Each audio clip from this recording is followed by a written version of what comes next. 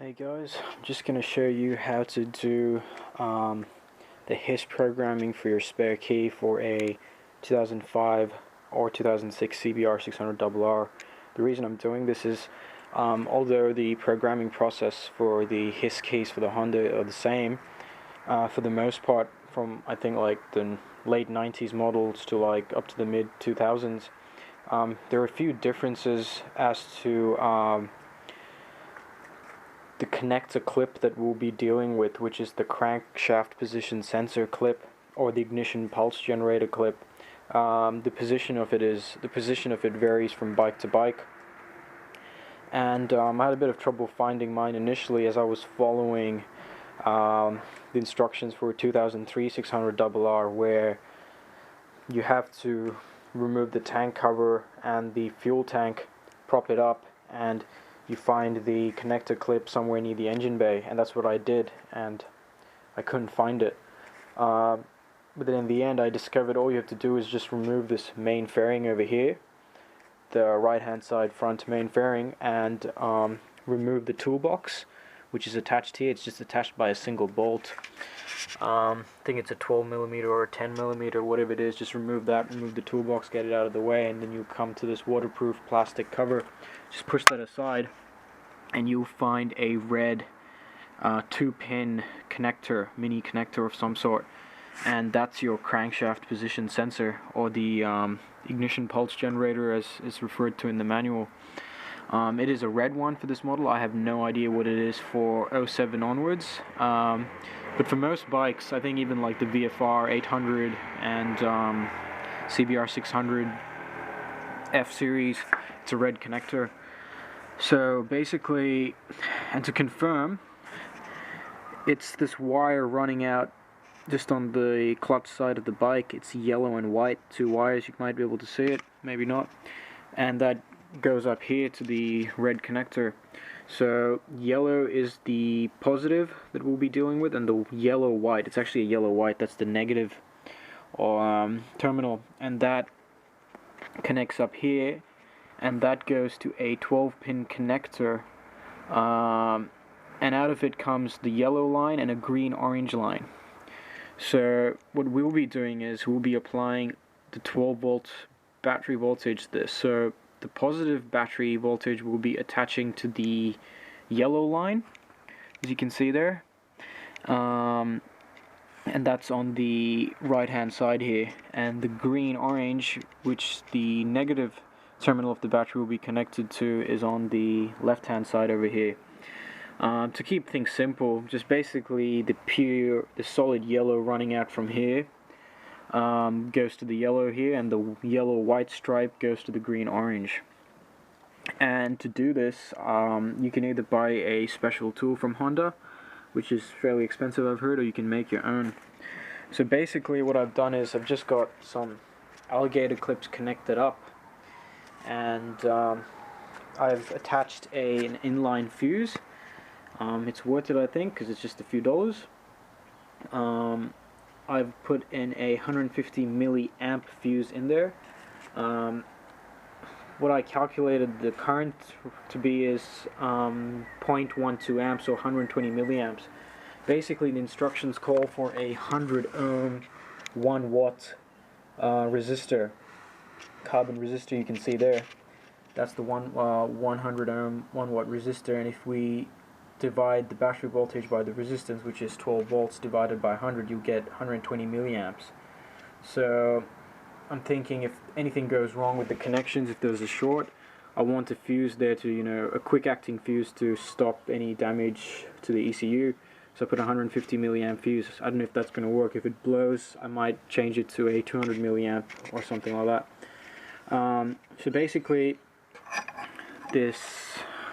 I've color coded it just so that there's no confusion. So basically this red line here, that will be connected to the positive terminal. That's in line with the fuse holder, and that goes to the yellow wire, which is connected to the 100 ohm resistor, and that's our positive terminal. So keeping things simple. And the negative terminal of the battery, the black wire, is connected to the white, because as you remember it was a yellow white stripe. And that will be connected to the green-orange line. So basically, to actually do this connection here, it's a bit annoying because you need a female spade connector. It's a 2-pin mini connector, but it's kind of hard to find an exact fit for this. So basically what I did was I got,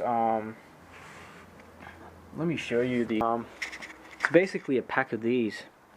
They're just small mini female spade connectors.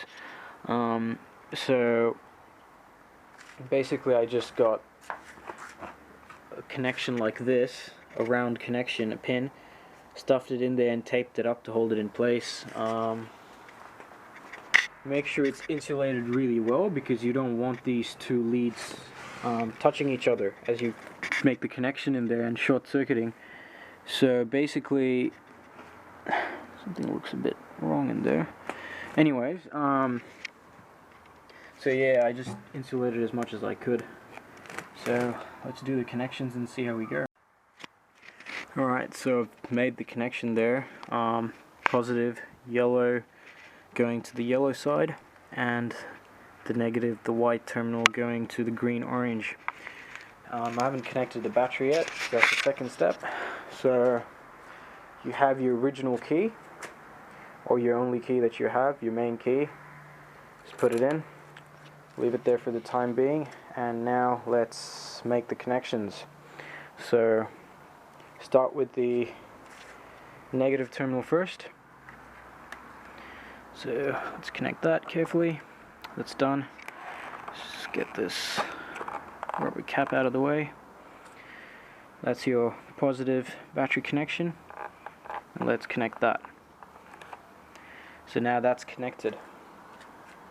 So we apply 12 volts and hopefully I don't have a short in there and mess up my ECU or whatever. This procedure should be the same for all the HISS equipped bikes. So I'm just looking up on my phone, apply 12 volt battery voltage, which we've done, and we turn the ignition switch on with the original key. So let's do that, see what happens.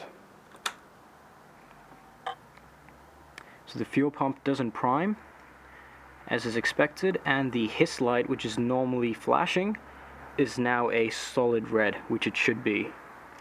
Right, so now the next step from that is to disconnect the red clip of the inspection adapter of the battery terminal for around 2 seconds. Alright, let's disconnect this.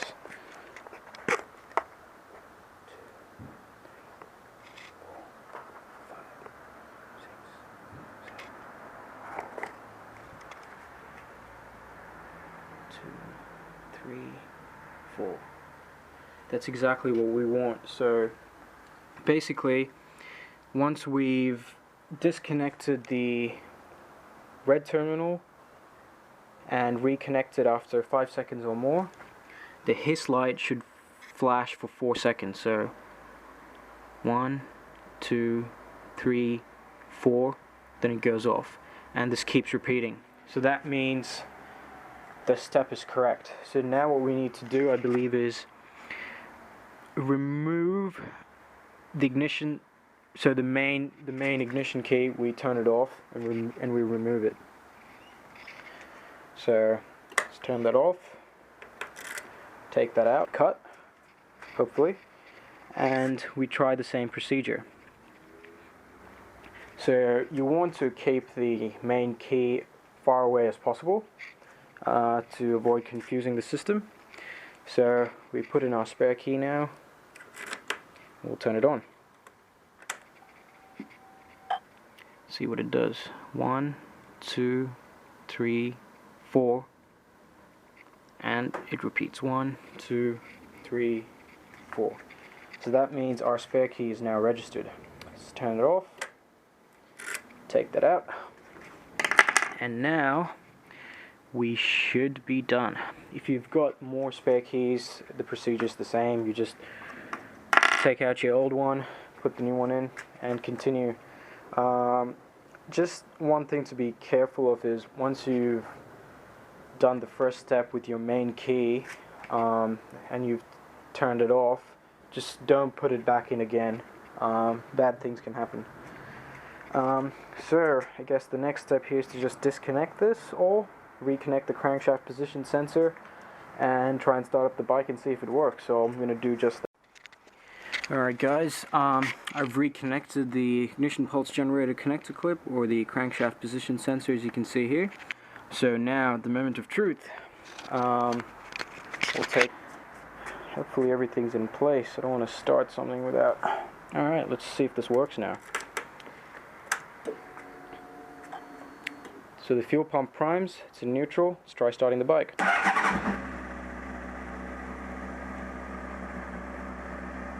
Excellent, there we go. Now for the spare key. Here we go. Let's try that. Fuel pump primes, it's in neutral. Here we go. As you can see, the procedure works fine, and that's it.